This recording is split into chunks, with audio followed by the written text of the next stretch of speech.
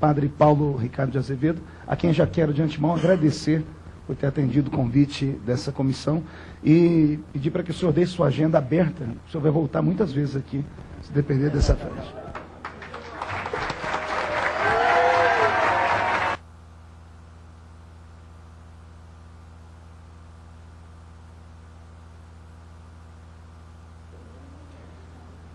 Agradeço ao deputado presidente e respondendo então a algumas perguntas, né? Respondendo ao deputado Bolsonaro, sua pergunta, a Igreja Católica, ela crê que nem todos os pecados devem ser criminalizados. Então, por exemplo, ao contrário do que a ideologia gay veicula por aí, a Igreja Católica não quer colocar os homossexuais na cadeia.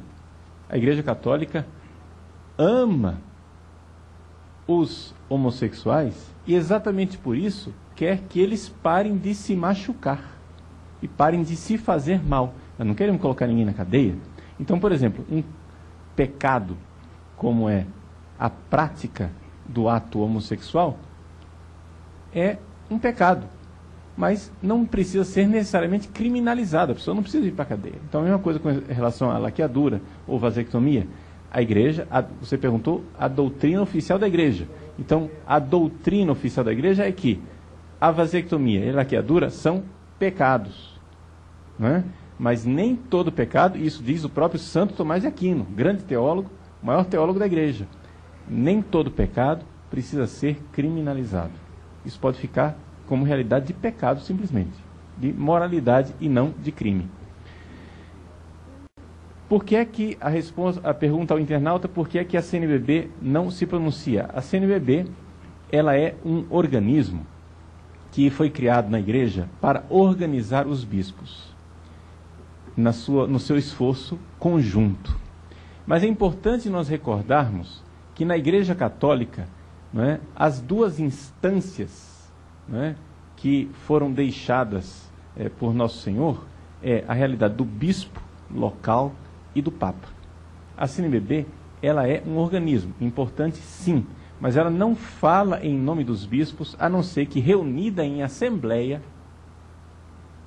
os bispos votem e então aqueles bispos que votaram dão à presidência da CNBB mandato de falar em nome deles. Então, a Igreja Católica, ela tem uma forma bem diferente de se organizar das igrejas evangélicas. Por exemplo, nós cremos, nós católicos, que a questão da militância política, ela deve ser feita pelo laicato. Os padres católicos não temos autorização de nos candidatar. Um padre católico não pode se candidatar, não é? E se ele se candidata sem uma licença especial de Roma e do seu bispo, ele está cometendo um ato de desobediência. Por isso, enquanto as igrejas evangélicas têm seus pastores, etc., não é? A Igreja Católica ela tem uma forma hierárquica, não é? Diferente, uma realidade bem diferente. Então, para nós católicos, a política é o lugar do leigo, sem dúvida alguma, sem nenhum clericalismo. Nós padres, nós podemos e devemos fazer a nossa função ensinando e dizendo aquilo que é a doutrina da igreja, mas o entrar no engajamento político partidário é próprio do leigo. Então, é por isso que aqui a dificuldade é essa. A CNBB, ela não pode ficar se manifestando a todo momento, porque ela não tem nem sequer mandato para isso dos bispos, né? Quando se pronuncia, pode se pronunciar, por exemplo, um grupo. O Conselho Permanente está reunido em Brasília. Então eles votam, então o Conselho Permanente se pronunciou naquele momento. Então são coisas do direito canônico da própria igreja. Então nem sempre é muito fácil a igreja se manifestar. Fica a liberdade dos bispos locais se manifestarem livremente e espontaneamente. Por isso, como eu disse logo no início, eu vim aqui não representando a Igreja Católica. Eu vim aqui como um cidadão que tem uma opinião sobre uma realidade e, claro, quero ser voz, sim, mas não em nome da Igreja Católica. Sou voz de uma convicção dos católicos desse país, também dos evangélicos desse país, dos espíritas desse país, de que o aborto é uma miséria que deve ser a todo custo evitada na nossa nação.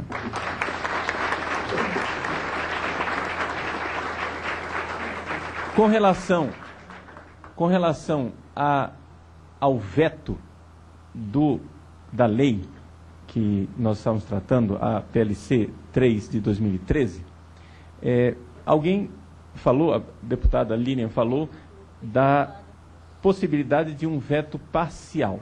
Bom, o Papa Francisco, repetindo aquilo que os seus predecessores já disseram, lembra que a política é uma forma elevada de caridade. Então os senhores são políticos e saberão certamente negociar com a presidência da República, não é?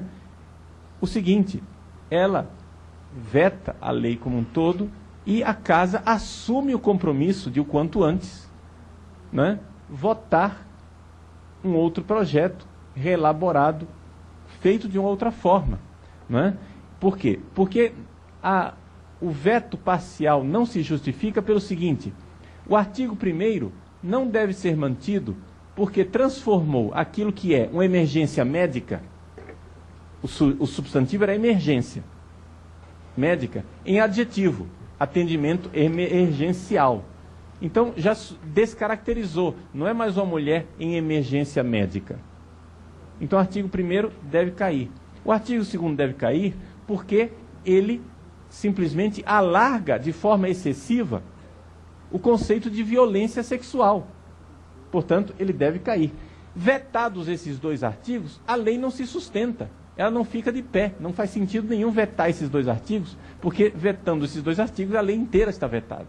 Então, é minha opinião que a lei como um todo deve ser vetada. E aí cabe aos políticos, né, negociar. A política tem essa beleza de poder negociar. Negociação não é coisa ruim. Vamos lá e vamos negociar. Negociar com a presidência da República, né? A senhora veta e nós nos comprometemos. Tem uma contrapartida, né? Então os senhores é que vão exercer a arte política de negociar com a presidente da República, né?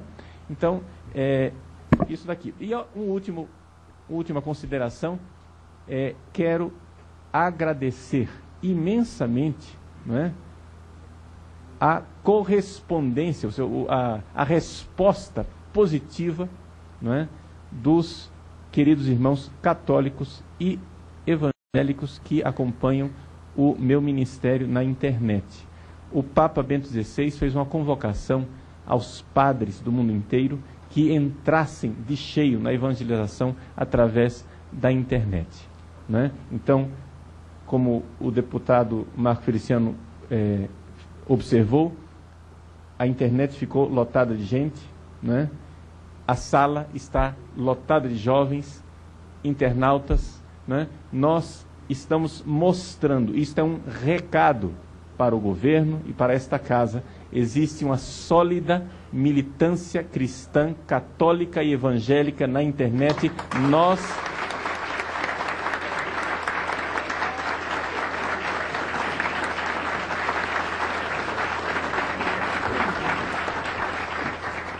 pode ser que alguns de nossos pastores, padres, bispos estejam colocando panos quentes, minimizando os problemas, porque cada um tem seus compromissos políticos. Nós, porém, essa militância jovem, católica, evangélica, cristã, espírita, essa militância não está dormindo, nós não somos vaquinha de presépio. Nós estamos nos fazendo ouvir.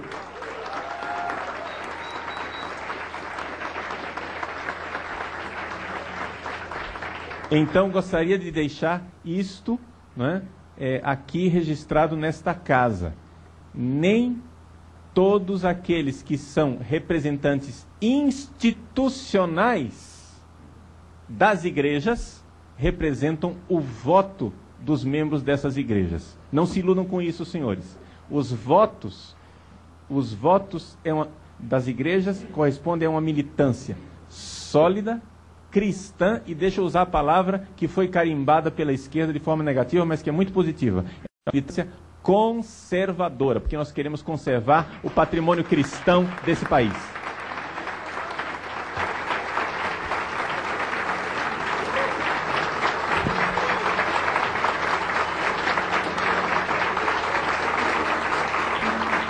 Muito obrigado, padre Paulo Ricardo de Azevedo Júnior, professor e mestre em Direito, por mais uma vez ter atendido nosso convite.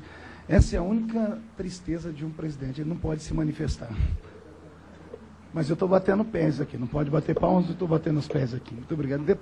Com a palavra para as considerações finais, deputado João Campos, autor do requerimento da instalação da CPI do aborto na Câmara dos Deputados. Mais uma vez eu quero cumprimentar o deputado Marco Feliciano, nosso presidente, pela forma como conduz essa audiência pública.